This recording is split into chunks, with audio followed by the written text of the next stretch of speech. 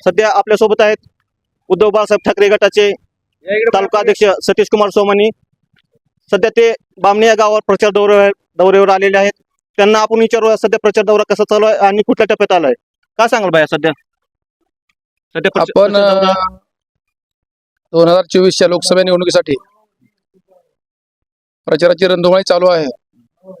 आम्ही गेल्या 5 वर्षामध्ये ओमदादांनी केलेले विकास काम असतील आणि जनसंपर्क त्यांचा जो आहे तो जनतेच्या माध्यमातून आम्ही त्यांना सांगायला जायचं की दादाला मतदान करा, तर लोक आम्हाला सांगतात किंवा दादानी आमची कामं केलेली आहेत, आमच्या संपर्कात राहिलेले आहेत आणि आम्ही त्यांना भरघोस मताने विजय करण्याचा चंग बांधलेला आहे.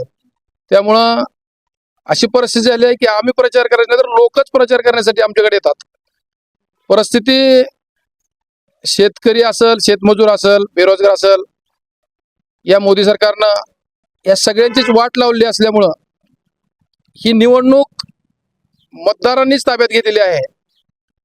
मतदार अगोदरची परिस्थिती अशी होती की लोकांना सभेला या म्हणायचं. आजची परिस्थिती अशी आहे की गावात गेलं तर 50 लोक थांबतात आणि त्या 50 पैकी 50 लोक सांगतात की आम्ही आमच्या नातेवाईकाला सुद्धा प्रचार करत फिरतोय, ओमराजाला विजय करायचंय. आम्हाला आमच्या घरातला एखादा माणूस जो संसदेत बोलतो, मग त्यामध्ये मराठा आरक्षण असेल, लिंगायत समाजाचं आरक्षण असेल, मुस्लिम समाजाचं आरक्षण असेल, या विषयावर सोयाबीनच्या झालेल्या कमी भावासंदर्भात,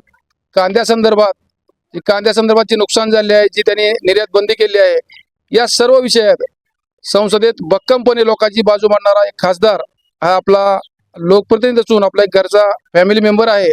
या दृष्टीनं या भागातील लोकांनी ही निवडणूक हातात घेतली आहे. सध्या इलेक्शन प्रचार यंत्रणा कुठल्या टप्प्यात आली आहे आपल्या शिवसेनेची.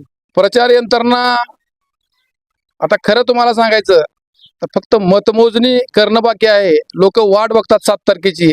ज्या लोकांनी आपली वाट लावलेली आहे, ज्या लोकांनी सोयाबीन असेल, कांदा असेल, दूध असेल किंवा बेरोजगारी असेल, या सर्व प्रश्नावर किंवा वारंवार जाणारी लाईट असेल, या त्रस्त झालेल्या लोकांनी 7 तारखेची वाट पाहत आहेत. आणि येणाऱ्या 4 तारखेला निश्चितच, भले इथं कोणी जरी आले, मी परवा ऐकलं की आता उद्या 30 तारखेला खास ओमराजेला पाडण्यासाठी म्हणून मोदींनी सभा लावली आहे.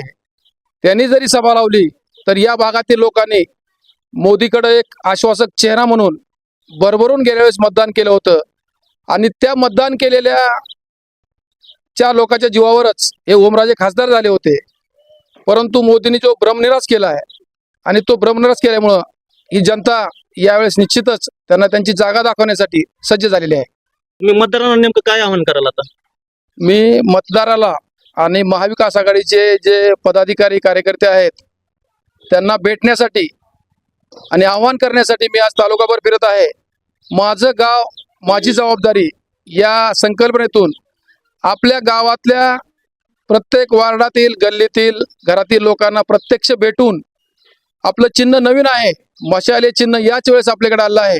लोकांना सगळं माहित आहे, पक्ष कोणी फोडला, चिन्ह कोणी चोरला, हा सगळा विषय माहित आहे. त्या खोलात न जाता लोकांना फक्त आणि फक्त हे आपलं नवीन चिन्ह आहे आणि हे मशाल चिन्ह लोकांना घरोघरी पोहोचवा. लोकांची एकच इच्छा आहे की फक्त आम्हाला एकदा चिन्ह माहीत होऊ द्या. चिन्ह माहीत झाल्यानंतर आम्ही निश्चितच आपल्याला विजय करण्यासाठी सज्ज राहूत. या निमित्तानं आम्ही गावोगावी भेट देत आहेत. तर हे होते उद्धव बाळासाहेब ठाकरे गटाचे शिवसेना तालुका अध्यक्ष सतीश कुमार सोमानी यांनी विश्वजयला आपली प्रतिक्रिया दिलेली आहे.